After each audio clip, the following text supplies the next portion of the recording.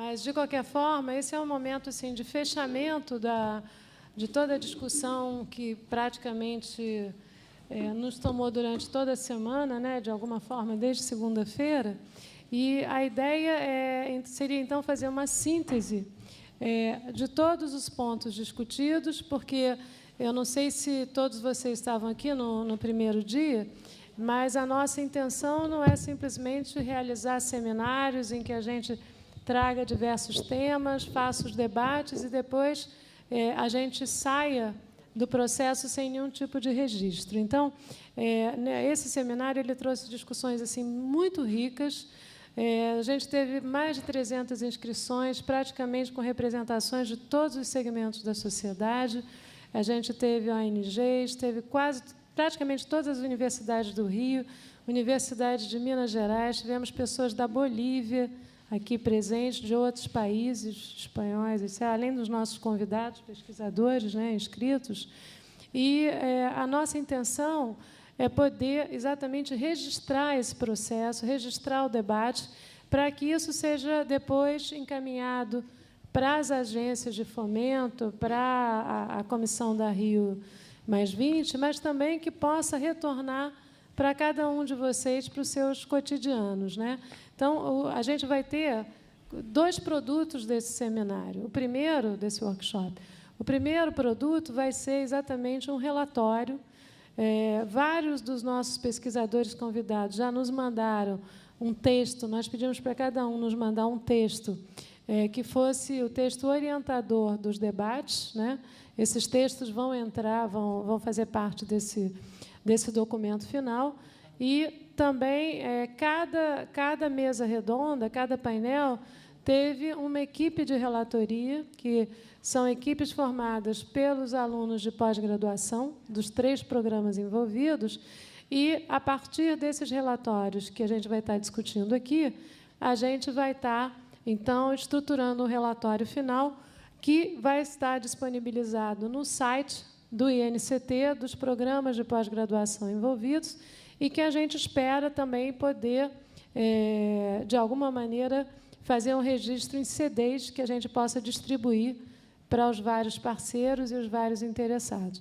O segundo produto também é que todos os debates foram gravados e foram filmados. Então, a ideia é que eles também sejam disponibilizados na íntegra, em versão editada, para todos os que tiverem interesse em continuar o debate ou também compartilhar esse debate com seus pares, com seus colegas, nas suas instituições e assim por diante. Então, eu vou passar um pouco a palavra para o Rodrigo, que vai estar coordenando a mesa comigo, mas o procedimento vai ser o seguinte: nós vamos chamar os relatores de cada grupo, de cada tema transversal, né? Pensando sempre que, desde o início do workshop, a nossa grande questão foi, em primeiro lugar, avançar na discussão interdisciplinar, antecipar questões-chave que precisam ser debatidas para Rio+20, pensar ações futuras do pós-Rio+20 e, mais do que isso, promover um diálogo intersetorial e que pudesse também permitir as diferentes visões de mundo nesse tema, que é um tema bastante complexo, que envolve a triangulação entre governança, biodiversidade e cultura, sabendo que, para nós, eles são o mesmo tema, são indissociáveis, mas que a gente ainda precisa, pedagogicamente, de alguma maneira, chamar a atenção para cada um deles separadamente, para nós aprendermos a reunir o que está fragmentado, né? Então, vou passar um pouquinho a palavra para o Rodrigo, e depois a gente começa a chamar os relatores e, no final dos relatos, a gente fazer um debate de fechamento. Boa tarde a todos. Eu também não vou me estender muito já, porque a gente está bastante avançado na hora, e acho que essa etapa talvez seja a mais importante desse nosso evento, ou seja, cada um desses painéis foram construídos dentro de uma lógica de permitir que diferentes colaboradores e dentro de uma perspectiva de realidades e setores diferentes e de países diferentes pudesse, aqui nesse espaço da academia, trazer algum tipo de contribuição ou até de motivação para esse debate, de que maneira a gente vai poder contribuir ou colaborar para esse processo da Rio+20. Essa culminância de hoje, a grande expectativa da gente, como a Marta disse, é que, a partir dessa síntese, que nada mais é que um resgate breve para aqueles que estiveram aqui todos os dias, mas também para aqueles que não puderam estar em todas as sessões, a gente tem uma visão um pouco mais linear, né, de continuidade do que foi cada um desses painéis que a gente propôs nesse evento, e aí a gente ainda tem hoje um pequeno espaço para uma discussão conjunta para saber se isso reflete os humores ou a expectativa ou aquilo que esse grupo reunido, esse grupo de pessoas nesse evento, nessa circunstância, pode aportar como contribuição para a Rio+20. Né? Então, acho que a gente pode passar direto para cada relator, vai ter um tempinho entre 10, 15 minutos no máximo para fazer essa síntese, e vamos fazer seguidamente todos eles, e depois a gente gostaria de abrir, e de uma forma bem concreta, o que a gente espera dessa plenária é contribuições no sentido, quer dizer, acho que depois de tudo que a gente discutiu, de todas as falas que foram feitas, as intervenções que foram feitas, eu acho que a gente tem que realmente reforçar esse ponto como recomendação, eu acho que algum ponto ficou de fora, e aí, nesse último trabalho, a equipe de relatoria ainda vai fazer a anotação disso que a gente vai fazer nessa discussão para, enfim, compor esse documento final que vai estar expresso e vai estar divulgado para todo mundo nas redes. A gente espera que ele, de alguma forma, seja um documento também e haverá esse espaço também para que esse nosso documento tenha alguma forma de eco dentro do que vai acontecer no alto segmento da Rio+20. Então, a gente começa... Todos vocês se lembram que estavam aqui, eu vi na programação, a gente teve o primeiro painel, na terça-feira de manhã, que tratou, essencialmente, o que a gente chamou de balizamentos conceituais necessários, ou seja, era uma tentativa de, na abertura do evento, numa perspectiva bastante internacionalizada, ou seja, representantes de países diferentes, pesquisadores de países diferentes, a gente trazer algum enquadramento ou revelar o não enquadramento que existe dentro dessa discussão, desse tripé da governança, da biodiversidade e da cultura. Nós tivemos como relatores desse painel o Beto Mesquita e a Bruna Conte. A Bruna já não poderia estar aqui por outro compromisso. O Beto veio, mas teve que ir porque tinha um outro compromisso, infelizmente, por causa do atraso, mas ele deixou o resultado da relatoria dele com o Gustavo, que relatou o Tabias, e o Gustavo vai fazer a apresentação para a gente. Boa tarde a todos. Como o professor Rodrigo disse, então, eu estou ajudando um pouco aqui o Beto Mesquita e a Bruna, né, onde foram deixadas algumas notações que eu vou ler um pouquinho aqui para vocês. Né?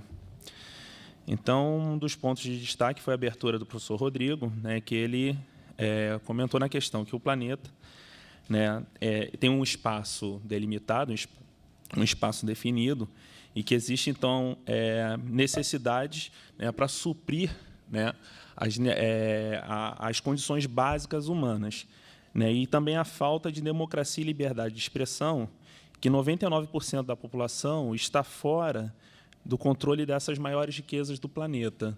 Né. Então, esse foi um ponto abordado, né, e foi uma síntese concluindo que existe muito avanço na ciência e na tecnologia, mas estamos falhando gravemente nos aspectos sociais e culturais. Então, essa foi a primeira abordagem que o professor Rodrigo começou. E depois, aqui, nós passamos ao André Calori, que de anotação... Deixa eu chegar mais perto aqui, que fica melhor para mim. Foi indicado que o território é o resultado complexo das interações entre práticas sociais, identidades e atributos naturais. Território não é um ambiente, não é a natureza. Deste modo, os indicadores a serem usados para medir a sustentabilidade ou governança devem ser válidos e aplicáveis ao lugar onde vivemos, mais do que ao ambiente onde vivemos. Sociedades tradicionais cuidam de reproduzir os patrimônios territoriais relacionados ao bem-estar, à coesão social e aos bens comuns. Já a modernidade nos trouxe os primeiros modelos de civilização não baseados nos territórios e atributos locais. O pesquisador concluiu afirmando que bem viver é uma combinação entre a percepção social, aspectos ambientais e urbanos e ações coletivas e individuais. Ponto anotado a respeito do senhor Bernard, né, que discutiu o processo de urbanização das cidades europeias e os desafios e problemas, né, associados. Né. Tem aqui como ponto de destaque que a redução de terras agrícolas, né, o desperdício de espaço, poluição, pressão muito forte sobre a disponibilidade de água, consumo, né, dessa água, de energia, né, como caso de energia para o transporte, é um destaque, né, que sempre é dado, a questão de energia consumida no processo de transporte, né, destruição de paisagens naturais e culturais. Tem água aqui? Tem. Uma das consequências é que os serviços públicos beneficiam mais os cidadãos, nas áreas melhores, mas não, né, nas áreas mais densamente ocupadas, que contribuem mais para esses impostos. Então, esse é um problema enfrentado, né, que foi sendo destacado. Do ponto de vista de uma perspectiva futura, é preciso compreender que o embate central do desenvolvimento, né, está relacionado ao tamanho das cidades, mas ainda há poucos dados e estudos a respeito dessas condições. As zonas periféricas das concentrações urbanas atuais, por exemplo, são pouco estudadas e compreendidas. Agora já botei aqui.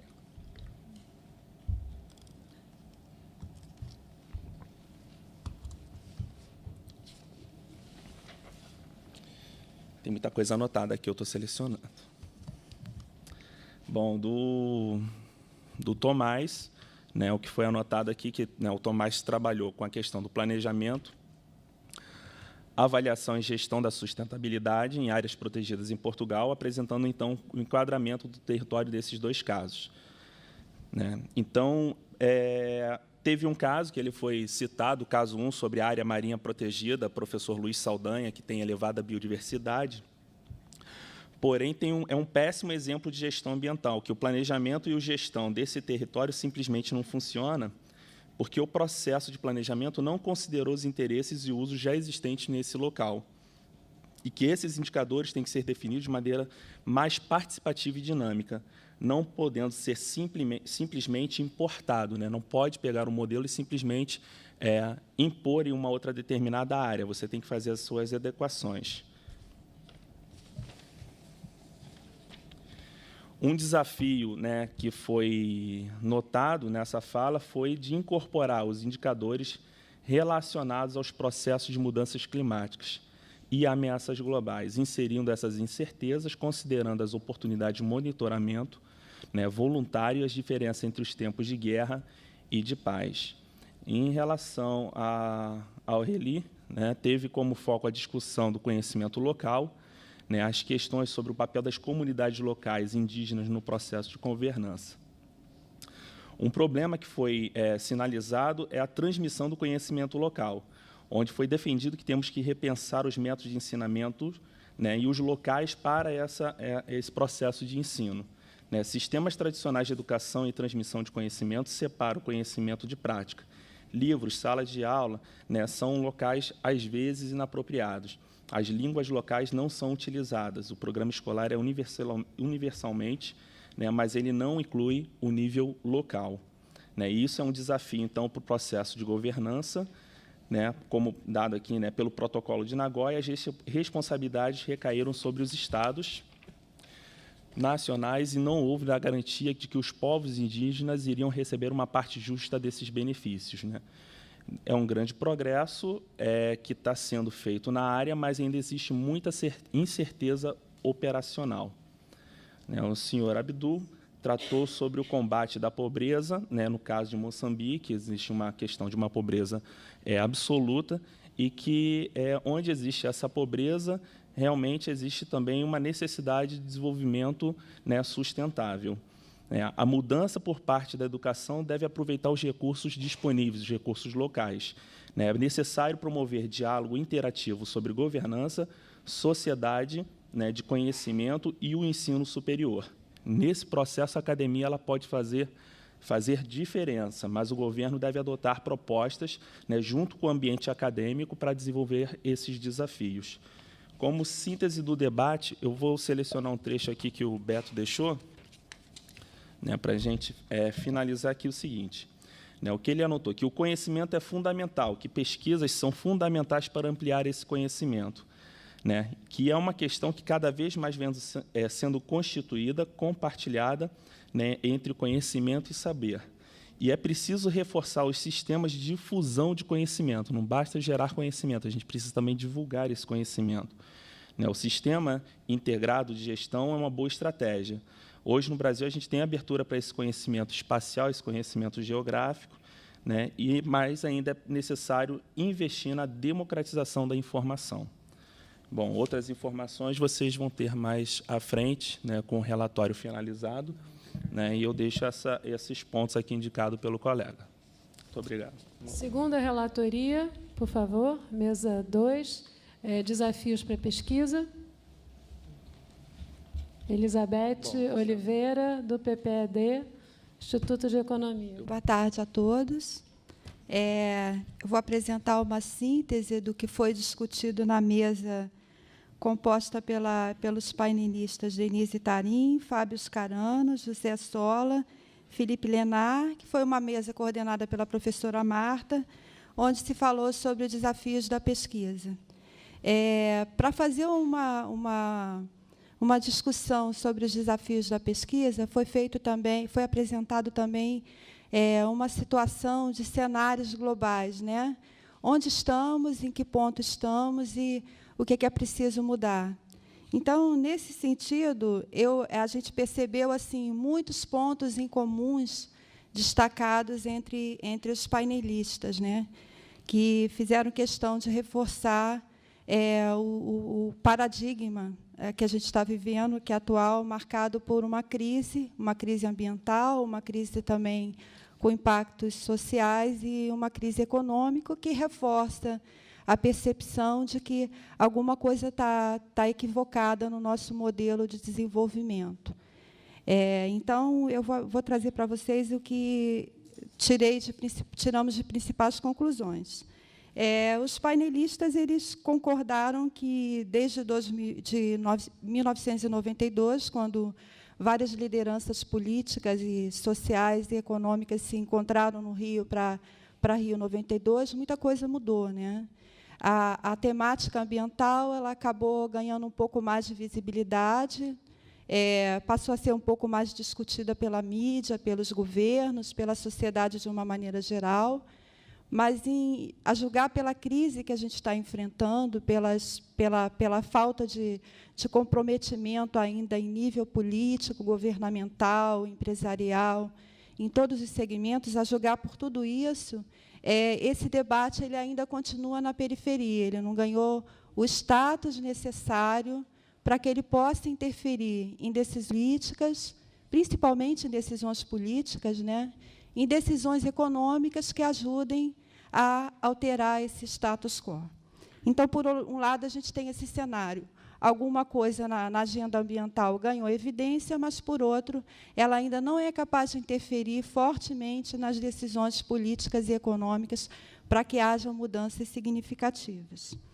E que outra percepção clara desse debate é que, em relação aos efeitos da crise econômica agravada nos últimos 4 anos, há também um reconhecimento de que há essa crise ambiental sem precedentes, né, que só tende a se agravar caso persista o atual modelo de desenvolvimento econômico. Esse modelo de desenvolvimento, por sua vez, ele se fundamenta no consumo indiscriminado de recursos naturais para sustentar uma demanda por consumo e um modelo de produção que não está preocupado com a finitude dos recursos naturais e que, por outro lado, embora tenha promovido grande avanço econômico nas 2 últimas décadas, né, esse modelo de produção e consumo trouxe grandes ganhos econômicos para alguns segmentos, ele não foi capaz de reduzir os níveis de exclusão social, de desigualdade social. Então, é mais uma percepção de que esse modelo está equivocado e que só tende a trazer mais prejuízos para todos os segmentos da sociedade, caso ele persista como ele está e ele não seja transformado.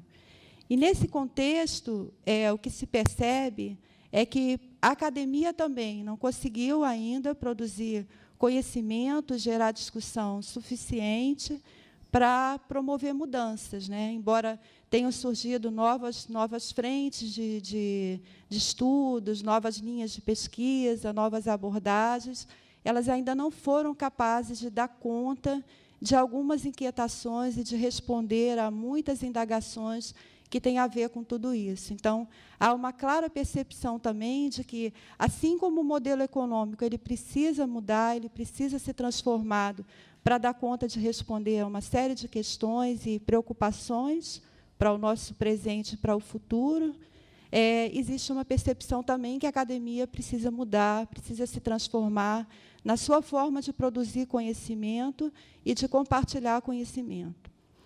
Então, uma das questões aqui, essa mesa foi o que eu achei muito interessante nela, que, além de trazer esses cenários e apresentar algumas questões aí centrais para o debate, foi uma mesa muito provocadora, que levantou muitas indagações e trouxe muitas perguntas. E eu acho que essas perguntas, essas questões, elas ficam para a gente, para todos nós, para cada um, em cada segmento em que está atuando, seja no mercado, na economia, na academia, na mídia, onde quer que esteja, cada um, como profissional ou como cidadão, vai buscar algumas respostas, né? Isso fica como pontos de reflexão importantes para nós, enquanto cidadãos e profissionais. Algumas questões aqui que foram levantadas, né? O que está errado nesse modelo? Se a pegada ecológica em nível mundial só cresce e se o atual paradigma econômico parece necessitar de reformas urgentes, por que a agenda ambiental ainda não foi elevada ao topo dos debates e das decisões globais? Esta problemática, segundo os debatedores, reflete uma crise civilizatória que exige novas decisões do poder público, da academia, do terceiro setor, das empresas e de outros segmentos sociais considerados estratégicos para a construção de um novo modelo de desenvolvimento. E, a julgar pelo crescimento acelerado do consumo de alimentos e de recursos naturais como petróleo, cujas reservas globais estão entrando em declínio, bem como pelo ritmo lento de implementação de fontes energéticas alternativas, como solar e eólica, os debatedores entendem que a sociedade enfrentará inúmeras tensões futuras. Os riscos crescem ainda mais em cenários de mudanças climáticas, fenômeno fortemente influenciado pelos padrões de produção e consumo baseados na queima de combustíveis fósseis, como petróleo e carvão. Como a pesquisa científica deve se posicionar diante desses e de outros desafios? Como construir novas rotas de desenvolvimento que sejam capazes de promover o desenvolvimento humano, reduzir desigualdades sociais e assegurar recursos naturais para as atuais e futuras gerações? Como gerar e compartilhar conhecimento diante desses e de outros dilemas humanos? Como construir uma nova ética na pesquisa e para fins de decisões políticas? Essas são consideradas questões centrais para reorientar o debate da produção científica, pelo qual pesquisadores e cidadãos devem repensar os seus papéis como protagonistas de uma nova sociedade. Em cenários de profundas contradições que colocam em xeque o atual modelo de desenvolvimento, os integrantes da mesa também consideraram imprescindível investir em reflexões profundas que contribuam para uma reforma civilizatória na perspectiva da sustentabilidade advogada por Edgar Morin. Foi uma reflexão trazida pela professora Marta, né, de que estamos todos conectados pelo mesmo destino, né? Fazemos parte de uma grande comunidade global, onde os efeitos provocados por um afetam os demais, né? Então, isso é mais uma perspectiva para se pensar essa questão global. Vivemos um cenário de crise que não é global, o que está acontecendo no resto do mundo nos afeta, o que nós provocamos de impacto afeta também o resto do mundo. Isso é uma maneira de se pensar que as decisões elas têm que ser tomadas coletivamente, porque os impactos são de efeitos coletivos. E, embora haja muitas respostas para alguns questionamentos, existe uma percepção clara de que a noção de conhecimento não pode ser mais construída da mesma forma. é preciso avançar em mais estudos interdisciplinares, uma vez que as pesquisas influenciadas pelo modelo clássico de desenvolvimento científico, centrado na divisão de disciplinas, na divisão do saber, portanto, só reforça a visão fragmentada da realidade. Da mesma forma, compreende-se que é preciso integrar conhecimento científico e tradicional, mas como delinear parcerias e como fortalecer o compromisso da pesquisa para dar conta de atender a essas novas demandas? Qual o nível de comprometimento da academia com a democratização desse conhecimento? Essas são questões que precisam ser ainda mais discutidas e repensadas. No contexto do debate voltado para a busca de soluções, né, destinadas a atender novas demandas relacionadas à questão ambiental, foi apresentado um caso interessante de mobilização bem-sucedida, que foi o caso da APA de Petrópolis, no Rio, em que uma bem-sucedida experiência de gestão ambiental estimulou a realização de pesquisa com o intuito de encontrar respostas para a realidade local. Um dos delineamentos adotados foi buscar valorar danos ambientais verificados na sua área de inserção e investir em soluções para saná-los. O Ministério Público Estadual teve papel central na articulação dessas decisões, que envolveram também a sociedade civil local. Foi um exemplo bem interessante mostrado aqui de como essa articulação ela é possível. E no debate, no âmbito desse debate, né, o atual modelo de financiamento à pesquisa no Brasil também foi reconhecido como problemático, uma vez que são incipientes as verbas públicas destinadas para esse fim, e o uso de financiamento do setor privado não é considerado ideal, já que pode comprometer a credibilidade e a confiabilidade dos resultados. Também não são incomuns, como debateram aqui os participantes da mesa, os casos de desvios de verbas e corrupção envolvendo recursos destinados a determinadas pesquisas científicas, mais uma questão considerada desafiadora por esses especialistas. Outro aspecto observado é a falta de compartilhamento de resultados e de conhecimento construído, entendendo-se que devem ser buscadas formas de superação dessas dificuldades para que seja também superada uma questão que se considerou uma crise de generosidade, né? A Denise, ela pontuou isso, eu acho que foi uma coisa também que ficou como um exemplo simbólico, né? Essa falta de capacidade de compartilhar o saber, do conhecimento que é construído por tantas cabeças, por tantos segmentos da sociedade, isso não chega até a ponta. Na maioria das vezes, isso fica centrado dentro de um universo que dialoga entre si, mas que não é capaz de extrapolar determinados muros e compartilhar aquilo que é construído com tanto sacrifício, né? E, nesse sentido, a pesquisa deixa, segundo a maioria comprovou, a pesquisa deixa de cumprir uma grande missão de transformação social. Quando ela deixa de ser generosa, quando ela deixa de ser compartilhada, ela deixa de transformar a sociedade da forma que ela deveria fazer. E, no caso brasileiro, houve uma percepção aqui nas discussões de que o Brasil vive um cenário de profundas contradições.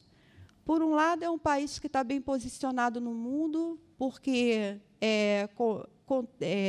no seu território ele detém grande parte das reservas de recursos naturais do planeta, né? Um exemplo citado foi o caso da biodiversidade, que é estimada em 20% da biodiversidade global, e as reservas de água doce, que são em torno de 13% das reservas mundiais. Quer dizer, é um país que tem floresta, que tem água, que tem uma série de recursos naturais, mas que ainda tem uma grande dificuldade de gerir e de usar de forma sustentável tudo isso.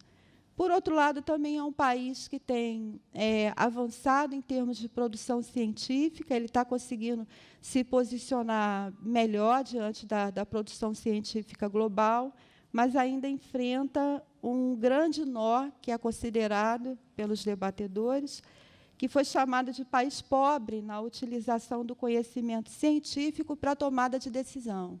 Quer dizer, muito do que está sendo construído, do que está sendo debatido no campo da produção do saber, da ciência, ainda não está conseguindo influenciar a tomada de decisão política, e isso é um ponto nevrálgico para o desenvolvimento do Brasil.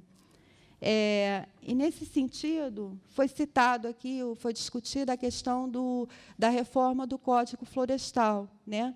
Quando o governo brasileiro e o Congresso ignorou o posicionamento dos cientistas, né, que se manifestaram por meio da Sociedade Brasileira para o Progresso da Ciência, por meio da Academia Brasileira de Ciência, mostraram os impactos que as reformas podem trazer para o Brasil em vários níveis, e essas recomendações elas foram simplesmente ignoradas por aqueles que estão liderando o debate para a reforma do Código Florestal. E, nesse sentido, os debatedores questionaram também qual seria a melhor maneira de formar recursos humanos e construir novos debates e estudos que sejam capazes de romper com esse tipo de barreira. E, ao mesmo tempo, como conciliar o tempo dedicado à pesquisa científica, que geralmente envolve estudos de longo prazo, com as urgências da agenda ambiental? Os desafios são enormes e a gente precisa de respostas para ontem, e as pesquisas, os estudos, eles levam muito tempo. Essa é outra questão que precisa ser repensada. Em nível de pós-graduação, uma problemática levantada pelos debatedores foi a falta de estudos a partir de temas transversais às disciplinas convencionais. Um exemplo citado foi a carência de pesquisa com enfoque nas condições de pobreza e sua relação com a proteção da biodiversidade no Brasil. Nesse sentido, os debatedores entenderam que é preciso construir novas formas de debater, de fazer saber, né? Novas teorias e novas metodologias.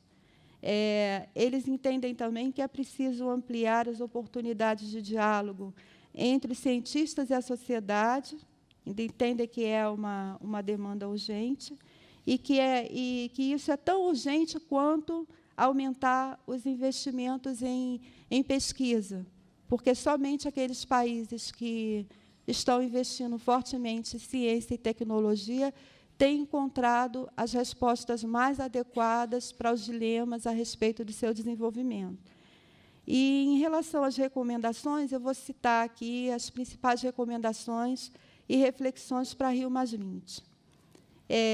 Uma sugestão foi que os recursos do Fundo de Compensação Ambiental sejam utilizados para financiar pesquisa científica e para promover novas formas de desenvolvimento com base no conceito de sustentabilidade.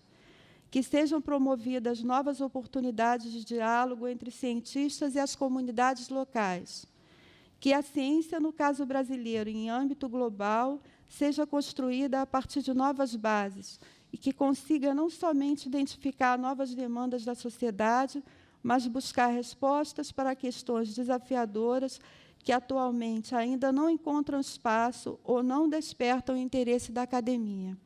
É preciso pensar em um novo modelo de conhecimento científico que seja capaz de superar as barreiras impostas pelo estudo disciplinar, que resulta em respostas e ações superficiais, fragmentadas ou desconectadas da realidade. Entende-se que a necessária transversalidade é de grande relevância para a adequada governança ambiental. Em busca de inovação científica no campo ambiental, uma alternativa seria dar vazão a novas metodologias. Uma sugestão nesse sentido seria investir em estudos comparativos entre áreas protegidas com gestão padronizada pelo poder público e outras sem proteção oficial, mas sim com a atuação participativa das comunidades locais. E, diante da falta de um marco regulatório relacionado às energias renováveis e à urgência de soluções tecnológicas com base em fontes energéticas mais limpas, a academia precisa contribuir para a discussão dessa temática central de desenvolvimento no presente e no futuro. Outra questão colocada também importante para a reflexão é que uma visão crítica dos debatedores é que o discurso sobre mudança climática, que é vista com muita preocupação no mundo, começa a ser transformado desde a discussão dos perigos às oportunidades que se apresentam a partir desses cenários. Já se fala abertamente nos novos caminhos que serão abertos pelo Ártico, que, por sua vez, favorecerão as novas rotas marítimas. Especula-se ainda sobre perspectivas de exploração de petróleo que, muito provavelmente, existem nessas áreas hoje geladas, o que contribuiria para prorrogar o tempo de atuação da economia petrolífera. Mas até que ponto a academia aceita esse novo discurso? São necessários estudos que apontem para reais soluções de superação do modelo econômico, que está fundamentalmente centrado na exploração e uso de combustíveis fósseis. Então, acho que essas questões ficam como pontos de reflexões para todos nós, porque elas trazem pontos aí de extrema urgência, não só para o desenvolvimento do nosso país, né, para o uso sustentável dos nossos recursos, mas colocam também grandes dilemas que a academia precisa enfrentar para encontrar respostas a perguntas que atualmente ainda ficam em aberto. É isso. Passar direto para o painel 3A, que foi Desafios para Políticas Públicas. O Gustavo vai relatar. Boa tarde. Eu não sou jornalista como a Beth, talvez não tenha todo esse talento para fazer uma relatoria em 24 horas tão bem apresentada, mas meu nome é Gustavo, né? Eu estou aqui com Gustavo Melo, do programa EICOS e do INCT, e fez parte da equipe também a Érica, e o Luiz Felipe Cosolino, que também é doutorando lá do programa. Bom, então a ideia é trazer um panorama do painel 3A, né, Desafio para Políticas Públicas, que teve como mediadora a doutora Estela Neves, e que destacou na sua abertura que a governança está entre um dos principais desafios para a construção e implementação de políticas públicas na atualidade, sendo ainda um tema muito vasto e muito complexo. E dentro desse desafio de construir e implementar as políticas públicas na ótica da governança, a questão o desafio de atrelar a pesquisa, né, os resultados da pesquisa a esse processo, né, principalmente no sentido de se compreender de forma intrínseca a questão da biodiversidade e da cultura nesse sentido, né. Bom, a mesa foi composta pelo Felipe Torelli, do IFAM, pela Ana Cristina, da TNC, pelo Dr. Jean-Pierre Briot, e pelo secretário de Estado, Carlos Mink. Vou fazer um panorama das falas e depois do debate. Bom, para destacar assim, alguns pontos principais na fala do Felipe Torelli, do IFAM, né, ele trouxe um retrospecto histórico do conceito de patrimônio, principalmente do patrimônio do início, assim, de uma questão do patrimônio material, né? Mas foi muito interessante que ele foi trazendo como que a noção de patrimônio foi sendo incorporada às políticas públicas, né? E como foram sendo pensados, né, instrumentos para nortear realmente, vamos dizer assim, esse decretamento, o tombamento, né, patrimonial, né? Isso, no caso brasileiro, né, eu acho que é interessante ele trazer, ele trouxe que a Semana de Arte Moderna de 22 foi um marco, né, da questão cultural para o país, né, enfim, já que congregou diversos artistas brasileiros e manifestações, né. E no âmbito aí da Revolução de 30, ele coloca, por exemplo, quer dizer, a criação dos primeiros museus nacionais, a criação do IFAM enquanto órgão de governo, a criação dos primeiros tombamentos e também de expedições, né? Destaca, por exemplo, a fundação, o tombamento da cidade de Ouro Preto, em 1933, como patrimônio da humanidade, né? E é interessante que ele traz, nesse período, uma noção que eu achei bastante interessante, que é o reconhecimento, quer dizer, não só do patrimônio material, mas também do imaterial, né? Então, ele menciona, por exemplo, a questão do barroco, né, enquanto cultura, que começa a ser respeitado, né, como um patrimônio, uma forma de se fazer, né? Então, por exemplo, ele fala das manifestações populares, do maracatu, do reizado, enfim, que começam. O patrimônio não é só aquele construído, né, material pelo homem, mas também aquele patrimônio do saber fazer, né? Quer dizer, ele fala até da questão das receitas, né? Quer dizer, saber fazer um peixe de uma determinada forma pode ser considerado um patrimônio, né? E é interessante que, um pouco depois, ele entra, essa parte do saber fazer, ele traz mais para a década de 60, né? E ele traz uma questão bastante interessante, que, nesse período, ele diz que também se discute que a noção de patrimônio não é só, portanto, desse patrimônio material e construído, mas também do patrimônio natural, né? Então, traz um pouco essa ideia, né, de que se o patrimônio teria, de uma certa forma, se iniciado essa discussão de patrimônio com a questão mais material, né, com a questão das edificações e tal, ela caminhou, né, por outro lado, para a cultura e também para a natureza, né? Então, eu achei que, como a gente tenta discutir essa relação de sociedade e natureza, é super pertinente a essa colocação. E ele conclui, né, dizendo que destacando a importância, né, se a gente pensa no tripé economia, social e meio ambiente, para pensar a sustentabilidade, a governança, né, ele traz a importância da dimensão cultural, né, ressalta aí como ou mais um pilar ou mais uma perna ou até um pilar desse tripé. Bom, a apresentação da palestrante Ana Cristina, da TNC, ela ressaltou na importância da negociação, né, dos diversos setores da sociedade para a construção de políticas públicas, né?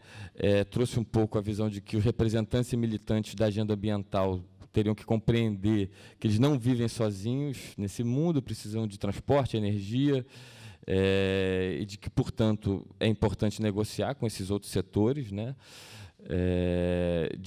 Fala um pouco sobre até essa questão de um possível radicalismo em relação à questão do Código Florestal, da revisão do Código Florestal. Diz que, para esse movimento ambientalista, né, ou o Código, quer dizer, não tem uma negociação, ou veta tudo, ou então não, ou aprova tudo, quer dizer, botando um pouco nesse dualismo, né, criticou um pouco isso, né. Trouxe também como um desafio para as políticas públicas a questão da integração entre as diferentes esferas, né, governamentais, né, quer dizer, federal, estadual e municipal, né, que tipo de instrumentos regulam essas integrações, trouxe isso como um grande desafio, né, e reforçou que a descentralização é central para uma gestão mais integrada.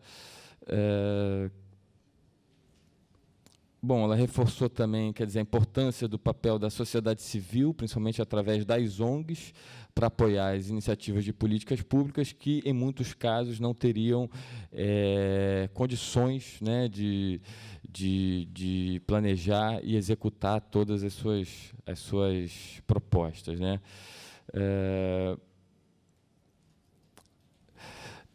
Mencionou o risco, quer dizer, no âmbito das políticas públicas, de se incorporar também de uma forma indiscriminada à sociedade nos processos governamentais, sob o risco de enfraquecimento dos movimentos sociais, e criticou o processo de partidarização do movimento ambiental, exemplificado com a campanha presidencial da ex-ministra Marina Silva, né, dizendo que essa partidarização da questão ambiental não seria saudável, já que ela é transversal, de uma certa forma, aos diversos partidos, né. Bom, em seguida, o pesquisador Jean-Pierre Briot, representante do CNRS no Brasil, trouxe como temática central para se pensar as políticas públicas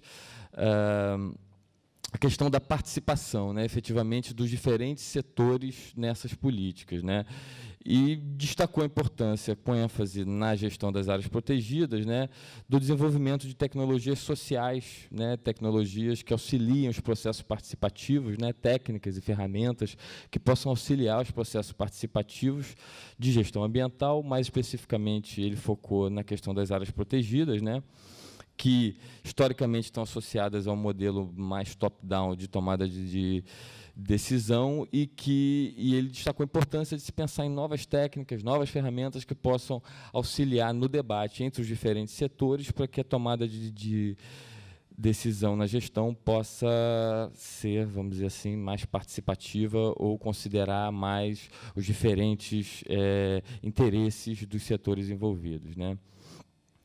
E, finalmente, ele ressaltou, quer dizer, a importância dos projetos de pesquisa associados à gestão públicas terem um caráter multidisciplinar, né? Ele ressaltou isso, por exemplo, até dando um exemplo de uma parceria entre um laboratório de informática, né, e um de psicologia social, quer dizer, tentando fazer essa interface entre os diferentes campos de saber e conhecimento para se pensar realmente a política pública, né? Bom, finalmente, nosso secretário de Estado, Carlos Mink, trouxe um panorama, né, de políticas públicas relacionadas com o tema da proteção da natureza em diferentes esferas governamentais, né, com ênfase nas atuais políticas do governo do Estado do Rio de Janeiro e também no período no qual ele atuou como ministro do Meio Ambiente, né. Ele destacou a posição do Brasil na atualidade, por exemplo, em relação ao estabelecimento de uma meta em relação à redução na emissão de gás carbono e destacou que, durante a sua gestão no Ministério, o país liderou um fórum, né, dos países megadiversos, né, e, por esse sentido, o país teria se destacado no cenário global em relação às suas políticas, principalmente de controle no acesso e pagamento pelos usos de material natural e genético, né? Na esfera das políticas estaduais, o deputado destacou que o Rio é o estado que mais recebe investimento e que menos desmata o bioma Mata Atlântica, né? Então, ele trouxe um pouco em cima dessa reflexão que é possível desenvolver e proteger, né? Quer dizer, num esforço de integrar as agendas de desenvolvimento e de proteção, né? Ele disse que, na verdade, isso é um resultado que foi possível a partir de alguns aspectos centrais, dentre eles a questão da lei do ICMS ecológico, né, que ele mencionou, que garante o repasse de recursos para aquelas prefeituras que se comprometem, dentre outros aspectos, ao tratamento do seu lixo e do seu esgoto, né. Então, ele mencionou que, por exemplo, nas esferas municipais, a área das áreas protegidas dobrou nos últimos 3 anos, de cerca de 105 mil para 220 mil hectares, além desse processo ter estimulado a desativação por parte dos poderes municipais de 70 lixões, né, existentes no município, né. Ele mencionou ainda a importância, quer dizer, da criação e da gestão do Fundo da Mata Atlântica, né, cujos os recursos são provenientes de compensações ambientais. Destacou o processo participativo da gestão desses recursos, né, que conta com um conselho com representantes de diversos setores, dentre outros da pesquisa, enfim, da indústria, e destacou que além da compensação ambiental, né, prevista pelo SNUC, que o Estado está adotando uma política de condicionantes ambientais, né, quer dizer, além da compensação prevista pelo SNUC, em muitos casos financeira, né, ele está reforçando as condicionantes. Então, por exemplo, ele deu o exemplo de um empreendimento que teria tido como compromisso a criação, por exemplo, de uma área protegida que a licença do empreendimento fosse concedida, teria que haver, por exemplo, a criação de uma determinada área protegida ou até a sustentação financeira de áreas protegidas por parte de determinados empreendimentos, né? Em relação ao Rio+20, né, considerou que os problemas ambientais não foram resolvidos, né, e destacou que com a crise econômica europeia, de uma certa forma, para a gente complicou um pouco, porque alguns valores que poderiam ser dirigidos ao Brasil, por exemplo, para estimular tecnologias limpas de desenvolvimento, acabam sendo destinados a outros países com situações econômicas de crise que precisam de aporte financeiro, né?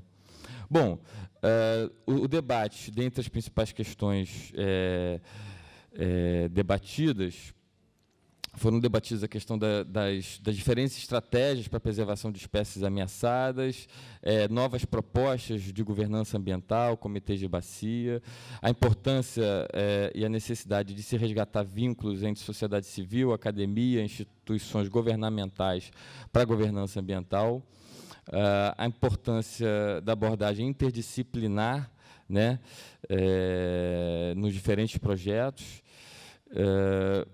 Essas foram as principais questões vindas da plateia, né? E fazer uma rápida consideração sobre o que foi comentado. O representante do IPHAN considerou fundamental a adoção de novos instrumentos, né? E destacou um conceito, né? Que é o conceito de paisagem cultural, né? Que propõe a construção de estratégias pactuadas para a preservação. Jean-Pierre Briot falou da necessidade de se reforçar as instâncias de governança local, né, principalmente no caso das unidades de conservação, destacando, quer dizer, a importância aí do compartilhamento de informações técnicas, né, nesse processo como forma de contribuir para a governança nesses espaços, né. A representante da TNC falou um pouco da necessidade de integrar propostas de preservação de espécies com a proteção dos seus habitats e em harmonia com as populações humanas, né? Então, ressaltou um pouco essa relação entre a proteção de espécies naturais com as populações humanas que vivem nesses espaços. E, por último, o secretário Carlos Mink reforçou a importância da sensibilização da população em relação aos problemas e às soluções associadas, principalmente às legislações, né? Ele citou muito a questão do cumpra-se, né? A questão da importância de que não basta ter leis, né? É importante que tenha-se uma política do cumpra-se dessas leis para que essas leis possam, de fato, serem cumpridas, né?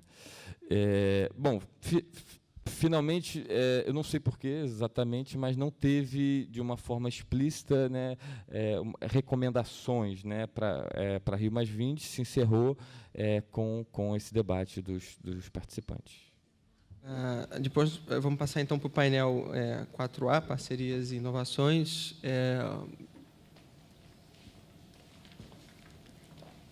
Érica vai fazer a... Não, ou é o Leandro que vai fazer? É o 4. Uhum. Boa tarde a todos. Primeiramente, eu gostaria de agradecer a oportunidade de estar aqui dividindo essas experiências sobre governança ambiental, biodiversidade e cultura nesse evento em alto nível de qualidade das discussões. A relatoria foi feita na mesa, no painel de Parcerias e Inovações, foi feita por mim e pelo Gustavo Simas, e eu vou apresentar agora. Quem coordenou esse painel foi o professor Carlos Eduardo Young. Entre os painelistas estavam presentes o Alejandro Roig, representando a Repsol, o professor Afonso Nuno, Valdir Siqueira e Márcio Costa, do BNDES. Bom, eu vou ser bastante sucinto nessa apresentação, né? Vou apresentar o que foi discutido no painel de uma forma resumida e concentrando em 4 temas, destacando em 4 temas que foram apontados pelos relatores como os temas principais. Esses 4 temas são a inovação nas empresas, o panorama atual do BNDES, os paradigmas de planejamento e projetos e a relação governo e sociedade. Tá? Então, dentro desses 4 temas, o que se foi discutido de forma bem resumida na nossa relatoria. Você vai usar a metodologia do Nuno de 6 minutos e 40 segundos? 6 minutos e 40 segundos, né, rapidamente. Com relação à inovação nas empresas, o que a gente pode destacar é que as empresas devem perceber que elas têm um compromisso moral no desenvolvimento social e ambiental do país. Dessa maneira, devem-se gerar ações que permitam ampliar a qualidade ambiental, independentemente da existência de benefícios fiscais e aduaneiros apenas. Ou seja, a geração de empregos e a geração de impostos não é mais suficiente, apenas isso não é suficiente, para a implantação de uma empresa e a justificativa para que ela tenha benefícios e facilidades fiscais, por exemplo. Esse compromisso moral também ajuda a cumprir a responsabilidade social da empresa. Com relação ao BNDES e o panorama que o BNDES se apresenta atualmente, segundo o representante, o Márcio, uma forma de atuação é fazer um mix entre as empresas de financiamentos reembolsáveis e não reembolsáveis, em diversas linhas de atuação dentro da área de meio ambiente, como mudança climática, solo, recursos hídricos, biodiversidades e outras áreas de atuações possíveis. Ainda nesse sentido, devem-se formar grupos para abastecer um fundo que trabalhe e apoie projetos em maior escala, com maior sinergia entre a esfera privada, pública, nas suas mais diversas esferas, municipal, estadual, federal, e o terceiro setor. Também foi destacado, mais de uma vez, que não existem problemas relacionados à falta de recurso, mas sim a capacidade de execução nessas linhas de financiamento e a qualidade de apresentação dos projetos dentro do BNDES. Ou seja, os recursos existem, mas não estão sendo contemplados devido a uma baixa qualidade de apresentação dos projetos que possam ser contemplados. Com relação aos paradigmas de planejamento e projetos, né, que foi a apresentação do professor Nuno, em 6 minutos, e que se mostrou, em toda a sua insanidade, ser bastante, na mesa, ter bastante capacidade, bastante sensato, né? Uma vez que ele destacou que não existem projetos maravilhosos, né? E que todos precisam contribuir na construção de projetos e que esse deve ser um exercício contínuo e integrado, né? Deve-se resgatar e adicionar ideias dos diferentes atores e participantes, principalmente com relação às populações autóctones, né? E que muitas vezes isso não acontece. E o que realmente acontece é que os autóctonos, que são os maiores interessados e sofrem diretamente com as territorializações impostas por projetos de fora, acabam por ser afetados e não participar efetivamente. E aí há um destaque nesse sentido, dizendo que nós, infelizmente, não cumprimos as metas de inclusão e participação efetiva das comunidades envolvidas nesse projeto, né?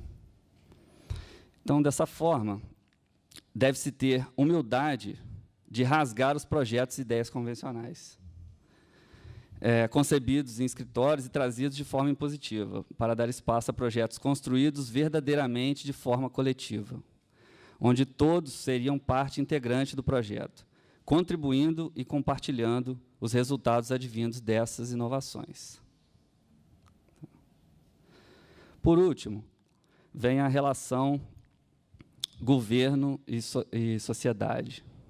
Esse seria o nosso último tema. Com relação a isso, teve o painelista, o Valdir Siqueira, citou o caso da Ilha Grande, do Conselho, né, da pauta do Conselho do Parque Estadual da Ilha Grande.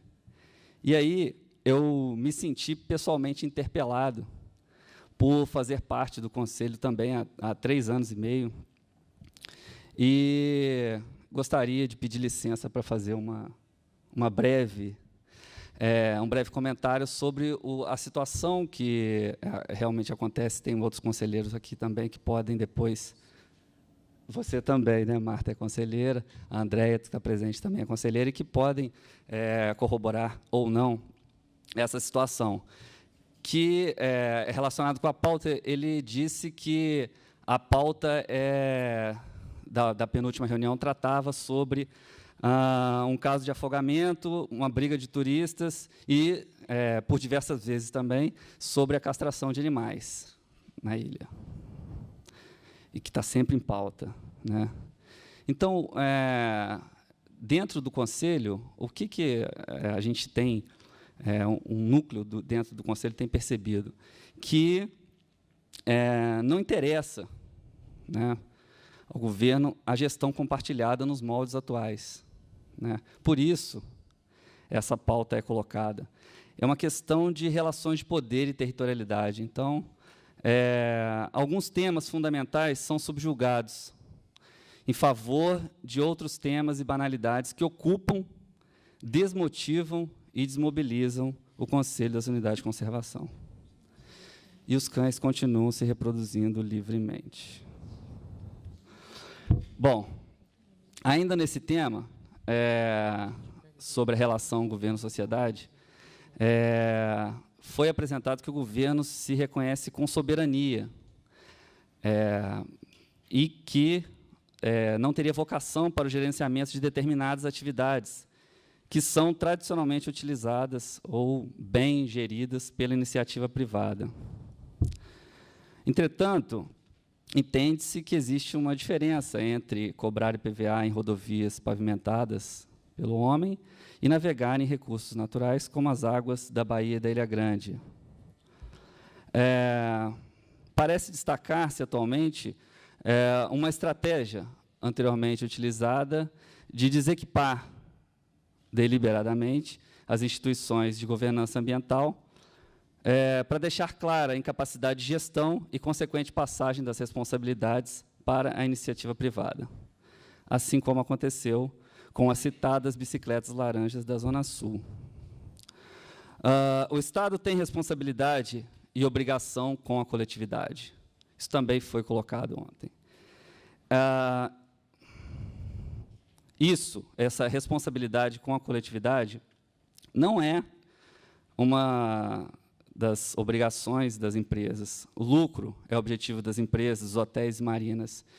Isso é legítimo e isso é parte do jogo, né? E, por último, foi destacado que a sociedade civil está se organizando e que os empresários também enxergam a necessidade de se organizar. Finalizando, né, essa mensagem da relatoria, o que o painel deixa como recado e o que o painel deixa de mais importante é que precisamos aprender a lutar. Temos que preparar lutas mais organizadas. O importante é persistir, apesar de sermos poucos na academia também. Não podemos perder de vista a responsabilidade que temos em devolver para a sociedade o investimento que ela faz na academia. Como somos minoria, temos que criar condições, mecanismos, nos unir e lutar em favor do que nós acreditamos. Como foi dito ontem, somos poucos, mas poucos que valem por muitos. Eles são muitos, mas nós sabemos voar. esse é o recado que fica da nossa relatoria. E, finalmente, vamos para a relatoria do último painel, painel 5, geração e difusão de conhecimento. Beth, Inês, quem vai fazer? A Beth. Boa tarde a todos. O formulário que eu vou ler agora foi elaborado por Cláudia Horta, da UFRJ, por Elizabeth Machado, que vos fala, da UFRJ, Inês Infante, UFRJ. É a respeito do painel Geração e Difusão de Conhecimento. O coordenador da mesa foi o Alexandre Davron, e os painelistas foram o Luiz Lima, da Unesco, Bernardo Gautier, da Université Moulin-Lyon, Tânia Barros Maciel, do programa EICOS, Moacir Góes, da TV Câmara do Município do Rio de Janeiro. Gostaria de me desculpar, porque esse painel foi um pouco prejudicado com relação à elaboração do relatório, porque foi feito hoje, né? E os demais tiveram outros dias para elaborar e revisar, etc. Então, qualquer falha, por favor, aceitamos colaborações. Bom, entre os resultados, vamos por parte aqui. Luiz Henrique Lima, da Unesco, destacou a missão da Unesco, né, dizendo que, desde a sua criação, em 1945, contribuir com a consolidação da paz, erradicação de pobreza, desenvolvimento sustentável, diálogo cultural, informação e cultura. Destacou o apoio que a instituição dá aos Estados-membros na construção de suas capacidades humanas e institucionais e na formulação de suas políticas de ciência, tecnologia, informação e governança, principalmente aos países em desenvolvimento. Neste âmbito, são desenvolvidos vários temas especiais, como mudanças climáticas, biodiversidade, educação, cultura e diálogo entre as civilizações, entre outros temas. Alguns programas foram criados dentro dos seus respectivos campos de atuação, trabalhando para o desenvolvimento de cooperação internacional, rede e intercâmbio de conhecimentos, pesquisa e geração de conhecimentos, tradução de linguagem técnica para mais acessível. A multidisciplinaridade de equipe não é um desafio fácil de ser construído, mas muito necessário para a obtenção de resultados mais significativos em busca da transdisciplinaridade. Os programas científicos internacionais da Unesco congregam vários pesquisadores e têm espaço dentro da instituição para a tomada de recursos. Destacam-se os seguintes programas: o Hidrológico Internacional, o Homem Biosfera, o Internacional Ciências da Terra e o Internacional de Ciências Básicas. O desafio do milênio é como construir sociedades sustentáveis, equitativas e inclusivas, onde cada cidadão se assume corresponsável com o processo da sustentabilidade. A grande necessidade é conseguir aplicar o conhecimento já adquirido. As contribuições do painelista Moacir Góes. A falta de qualificação leva muitas vezes à folclorização sobre alguns temas. É fundamental a pesquisa para a transformação. Entre o saber, tomar conhecimento e virar questão enraizada na cultura, na relação das pessoas com as coisas, é necessário tempo e diálogo construtivo. Os pesquisadores precisam ter um discurso fácil de ser entendido pela sociedade. Críticas efetivas sobre políticas públicas é essencial. A mídia propaga informações simplificadas, dificultando que as mesmas se integrem à vida das pessoas. A qualificação da informação é o grande desafio. É preciso qualificar o discurso para que tenha a ver com a vida das pessoas e seja entendido e tangível. Contribuições agora de Bernard Gautier. A situação da produção e da difusão do conhecimento na França é complexa e compartimentada. O produtor de conhecimento precisa publicar em revistas indexadas para ser bem avaliado pelos órgãos de fomento e, com isso, a difusão do conhecimento para a sociedade é deixada em segundo plano. Na Inglaterra, por exemplo, os cientistas fazem livro para os leigos. Contribuição de Tânia Maciel. O conceito de sustentabilidade, discutido em todas as esferas da sociedade, parece não dar conta da complexidade das questões ambientais postas atualmente. A sustentabilidade como projeto ecológico conduz à formulação de dois pressupostos básicos envolvendo a concepção de meio ambiente e desenvolvimento. Uma de que o meio ambiente não pode ser encarado como um dado isolado, mas sim como um dado da cultura de uma comunidade, um processo de interação entre o sociocultural gerado pelo homem e a natureza. E outro pressuposto: não são possíveis ações ditas de desenvolvimento, sejam de preservação ou modificações sobre o meio ambiente, dissociadas do homem que a habita e, por conseguinte, de sua dinâmica cultural. Existe a necessidade de pensar um novo modelo de desenvolvimento e de reaproveitamento dos recursos naturais. Ao acrescentar a sustentabilidade ambiental à dimensão da sustentabilidade social, o conceito de desenvolvimento sustentável coloca um problema que deve ser abordado com escalas múltiplas de tempo e espaço, o que desarruma a caixa de ferramentas do economista convencional. As novas perspectivas de desenvolvimento propõem integração no espaço e no tempo entre o individual, o social e o ambiental. Neste contexto, a psicologia e a sociologia têm muito a contribuir num embate metodológico e político, ao propor que o desenvolvimento do homem é o verdadeiro desenvolvimento. É necessário intensas transformações para que haja um equilíbrio, um exercício de governança na busca de soluções para os problemas e na conscientização de uma nova cultura relacionada com preocupações de uma vida em comum. A ética da governança pode vir a se consolidar quando as questões forem tratadas de acordo com uma realidade local, vistos que os povos já entenderam que existe um limite físico do planeta. Síntese dos debates.